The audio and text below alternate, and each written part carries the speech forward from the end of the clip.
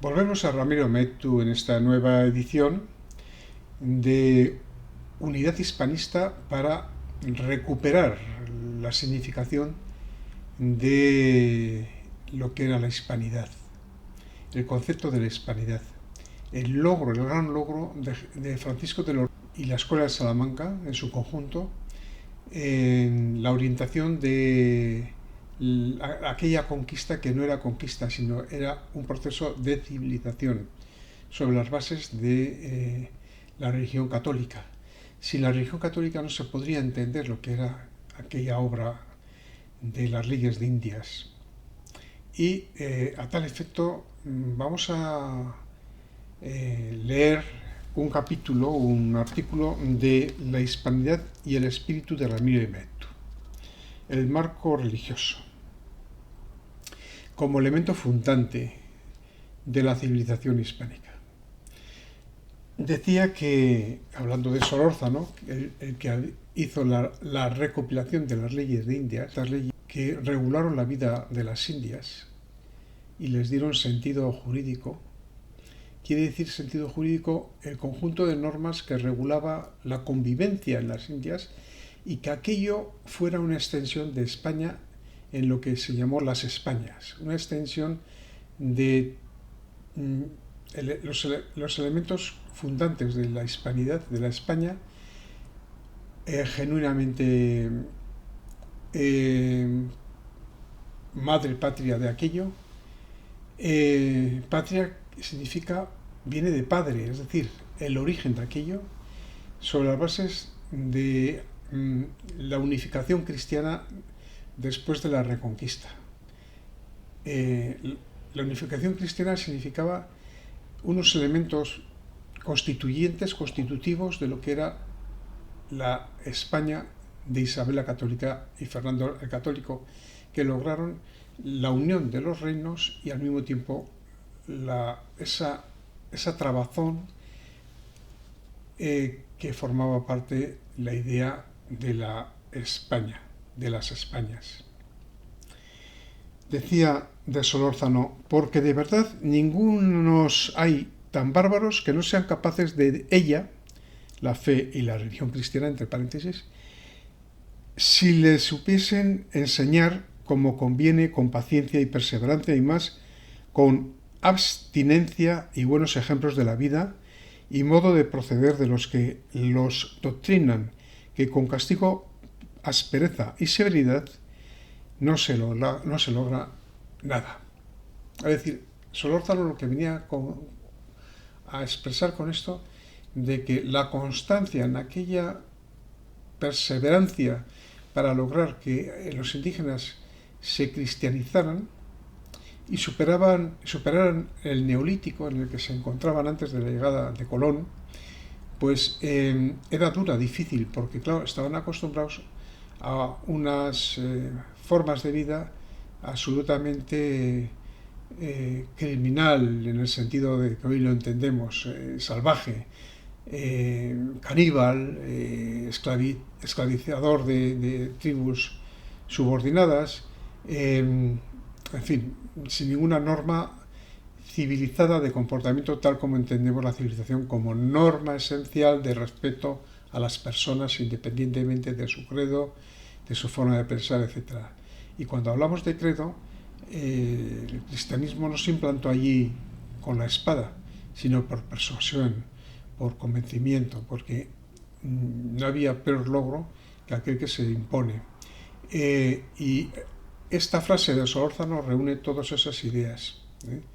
Esa frase de Solórzano bien reflejada por Ramiro de Mettu en esta primera este primer comienzo de este artículo. Las ilusiones que en la hora del descubrimiento habían puesto los españoles en los indios como futuros soldados de la cristiandad frente al Islam se habían apagado o desvanecido, pero la fe resistió al desengaño. Acabamos pensando que lo que no se había conseguido en un siglo se lograría en dos, y el camino que señaló Solórzano, que no fue otro que el de inducir poco a poco a los indios a constituirse en familias monogámicas, y el de ir acrecentando y adecentando su modo de vivir por medio del matrimonio fue en efecto el que levantó de su abyección a la raza indiana allá donde hubo de seguirse. Insiste en la idea que acabo de exponer. Y Ramírez Maeztu comenta que Vitoria, es decir, Francisco de Vitoria, el padre Vitoria, llegó a tener conciencia clara de lo que sentían los españoles respecto a la humanidad de los indios, de sus derechos, de las leyes de la guerra, del derecho de gentes y aún de las materias teológicas más intrincadas. Pero esta claridad de conciencia del padre Vitoria no era meramente el resultado involuntario de su gran talento, sino un propósito deliberado y permanente de comunicar íntegramente sus ideas a quien quisiera escucharlas, para lo cual se esforzaba en exponerlas con una diafanidad inesperada. Y dice Ramírez de Maeztu que de cierto, el más claro, a Vitoria, dice el cardenal Évry, debe Salamanca el ocupar en el siglo XVI un lugar como el que obtuvo París en la segunda mitad del siglo XIII. Fue él quien la transformó en cuna de la nueva escolástica. Menéndez y Pelayo habría escrito: un abismo separa toda la teología española de la que él enseñó y profesaba, y los maestros que después vinieron valen tanto más o menos cuanto se acercan o se alejan de los ejemplos de su doctrina. Todo el asombroso florecimiento de nuestro siglo XVI, todo ese interminable catálogo de doctores egregios que abruma las páginas del nomenclátor literario de Hurtel, convirtiéndose casi en una biografía española, estaba contenido en germen de la doctrina de Sócrates, del Sócrates alavés. Su influencia está en todas partes. Y abundando en la importancia de Francisco de Vitoria, que por cierto debería ser el referente más importante de Vitoria y no otros personajes nefastos en la historia, y que está ahí en una estatua abandonada, casi ocultada por una supuesta vergüenza que tienen esta gente política de hoy aquí, que no van más lejos del siglo XVIII. La Edad Media, los reyes católicos, la Reconquista, la conquista de América y su civilización no existen para ellos. Es decir, es que claro, es que es muy fácil vivir de los mitos, de las leyendas y, claro, conservar los restos de la antigüedad y conservar la importancia que tuvo Vasconia, como dice Sánchez Albornoz, en la Constitución de Castilla y en el proceso de esa obra magnífica que es el proceso de civilización, de defensa de la dignidad de las personas, de los indios y su protección en América. Eso deja en mal lugar estas ideas secesionistas, ¿verdad? Entonces hay que hacer tabla rasa del pasado, como Rousseau hablaba en el siglo XVIII. El pasado, según Rousseau, mejor superarlo y empezar una era nueva. Y claro, para estos es mejor iniciar un caminar nuevo sobre la base de mentiras, de mitos, leyendas y adoctrinamiento en las aulas. Pero ahí está la hemeroteca, ahí está el testimonio vivo porque no ha muerto, más vivo que nunca en las fechas de hoy, de Ramírez de Maeztu, reflejando la gran figura de Francisco de Vitoria. El padre Arriaga dice de Vitoria que despertó los ingenios dormidos de los españoles y animólos al estudio.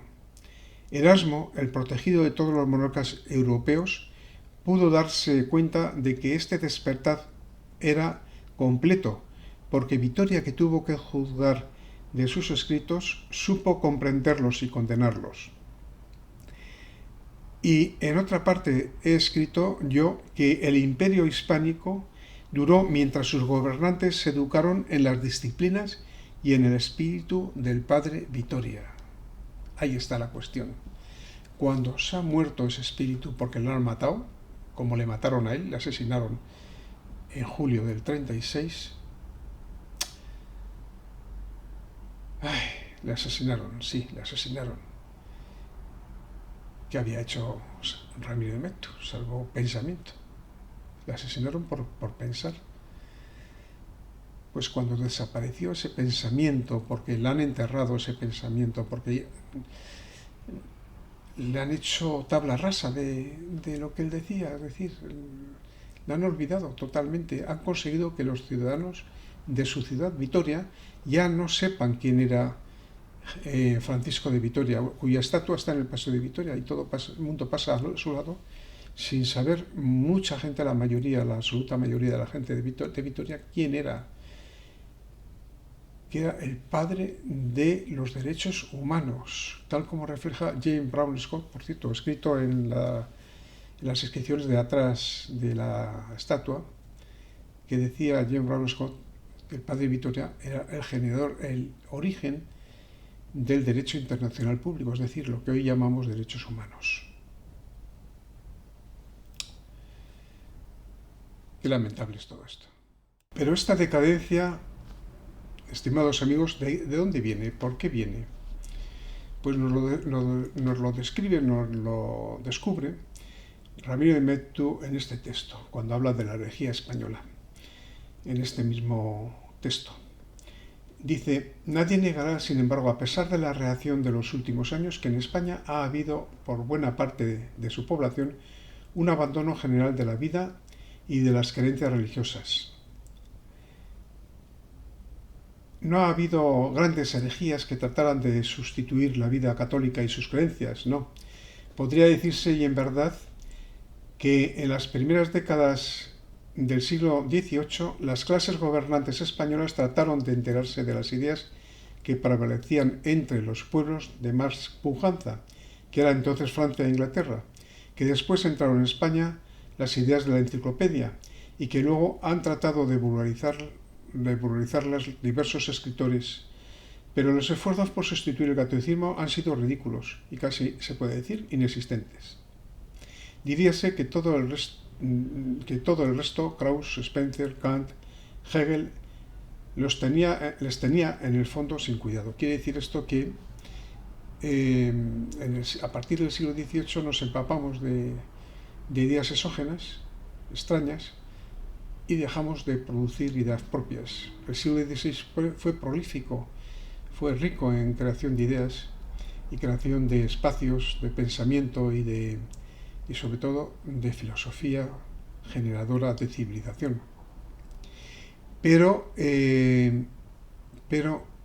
tras el siglo XVIII nuestras referencias serán Rousseau, Voltaire y el enciclopedismo, y no fuimos capaces de establecer nuestras propias líneas de pensamiento enlazadas con el pasado, recreadas sobre lo más importante de nuestra historia, que fue la hispanidad. Y es que la herejía española no baja de arriba, sino que sube, no del pueblo, porque del pueblo no puede surgir nada, sino de lo que hay de popular en cada uno de nosotros. Y Ramiro de Mettu comenta que Vitoria, es decir, Francisco de Vitoria, el padre Vitoria, llegó a tener conciencia clara de lo que sentían los españoles respecto a la humanidad de los indios, de sus derechos, de las leyes de la guerra, del derecho de gentes y aún de las materias teológicas más intrincadas.